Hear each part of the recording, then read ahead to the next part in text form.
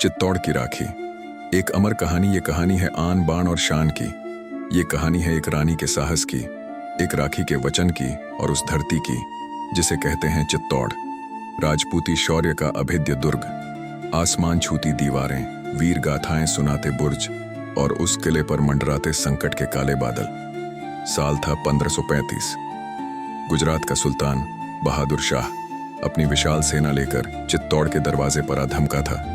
उसकी ललचाई नजरें मेवाड़ की शान चित्तौड़ पर गड़ी थीं। किले के अंदर थीं महारानी कर्णावती, एक वीरांगना जो अपने नन्हे राजकुमार विक्रमादित्य की संरक्षिका थीं। बाहर दुश्मन की लाखों की फौज, अंदर मुट्ठी भर राजपूत शूरवीर। लड़ाई भयानक थी, गलबाज। दिन रात किले की दीवारें तोपों के गोलों से कांप रही थीं। राजपूत अपनी आखिरी सांस तक लड़ रहे थे, पर दुश्मन की ताकत बहुत ज्यादा थी। रसद घट रही थी, उम्मीद टूट रही थी। रानी कर्णावती जानती थीं, अगर चित्तौड़ हारा तो सिर्फ राज नहीं हारेगा, हारेगी राजपूती आन, हारेगा स्त्रियों का सम्मान। तब उस मुश्किल घड़ी में रानी कर्णावती ने एक ऐसा कदम उठाया जो इतिहास बन गया। उन्हें याद आया एक नाम, दिल्ली का मुगल बादशाह हुमायूं। हाँ, वो दुश्मन का साथी हो सकता था, लेकिन रानी ने सुना था वो रिश्तों की कद्र करता है। कर्णावती ने सोचा, क्या पता इंसानियत का कोई रिश्ता काम आ जाए। उन्होंने एक दूत बुलाया, उसके हाथ में दी एक रेशमी डोर, एक राखी। हाँ, वही राखी जो एक बहन अपने भाई की कलाई पर बांधती है, रक्षा के वचन के लिए। उस राखी के साथ भेजा एक संदेश, मैं चित्तौड़ की रानी आपको अपना भाई मानकर ये राखी भेज रही हूं। संकट में हूं, क्या एक भाई अपनी बहन की लाज बचाने नहीं आएगा? कल्पना कीजिए, वो दूत तूफानी रफ्तार से दिल्ली भागा होगा, दिन रात एक करके। और उधर दिल्ली में या शायद बंगाल के किसी दूर अभियान पर हुमायूं को जब वो राखी और संदेश मिला, कहते हैं हुमायूं हैरान रह गया। एक राजपूत रानी उसे भाई मानकर राखी भेज रही है। उसने उस रेशमी धागे को देखा, उसमें लिपटी उम्मीद को महसूस किया।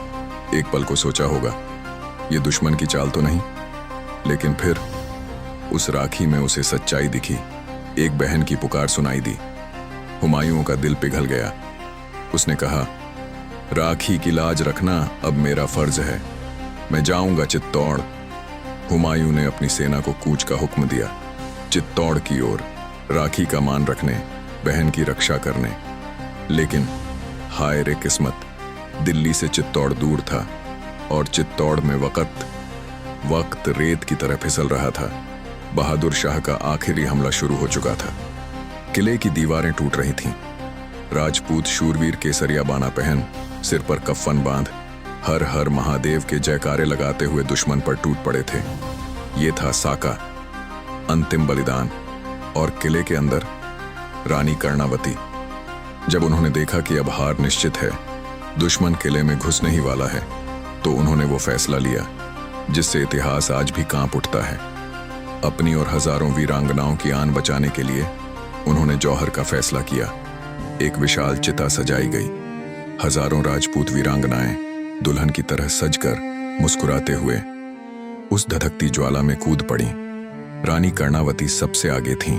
ये आत्म बलिदान था, दुश्मन के हाथों अपमानित होने से बचने का अंतिम रास्ता। ये था जौहर। जब तक हुमायूं अपनी सेना के साथ चित्तौड़ की तलहटी तक पहुंचा, तब तक बहुत देर हो चुकी थी। किले के दरवाजे टूटे थे, अंदर मौत का सन्नाटा था और हवा में घुल रही थी जौहर की आग की राख। हुमायूं उस राख को देखकर सन्न रह गया। वो राखी, वो बहन की पुकार, वो देर से पहुंचा था। हुमायूं जीत तो नहीं दिला सका, पर रानी कर्णावती की वो राखी इतिहास में अमर हो गई। वो कहानी बन गई साहस की, बलिदान की और उस वचन की जो एक रेशमी धागे से जुड़ा था। चित्तौड़ की वो जौहर की ज्वाला आज भी याद दिलाती है कि भारत की वीरांगनाएं अपनी आन के लिए किस हद तक जा सकती थीं। और वो राखी, वो आज भी भाई बहन के पवित्र रिश्ते और रक्षा के वादे का सबसे बड़ा प्रतीक है।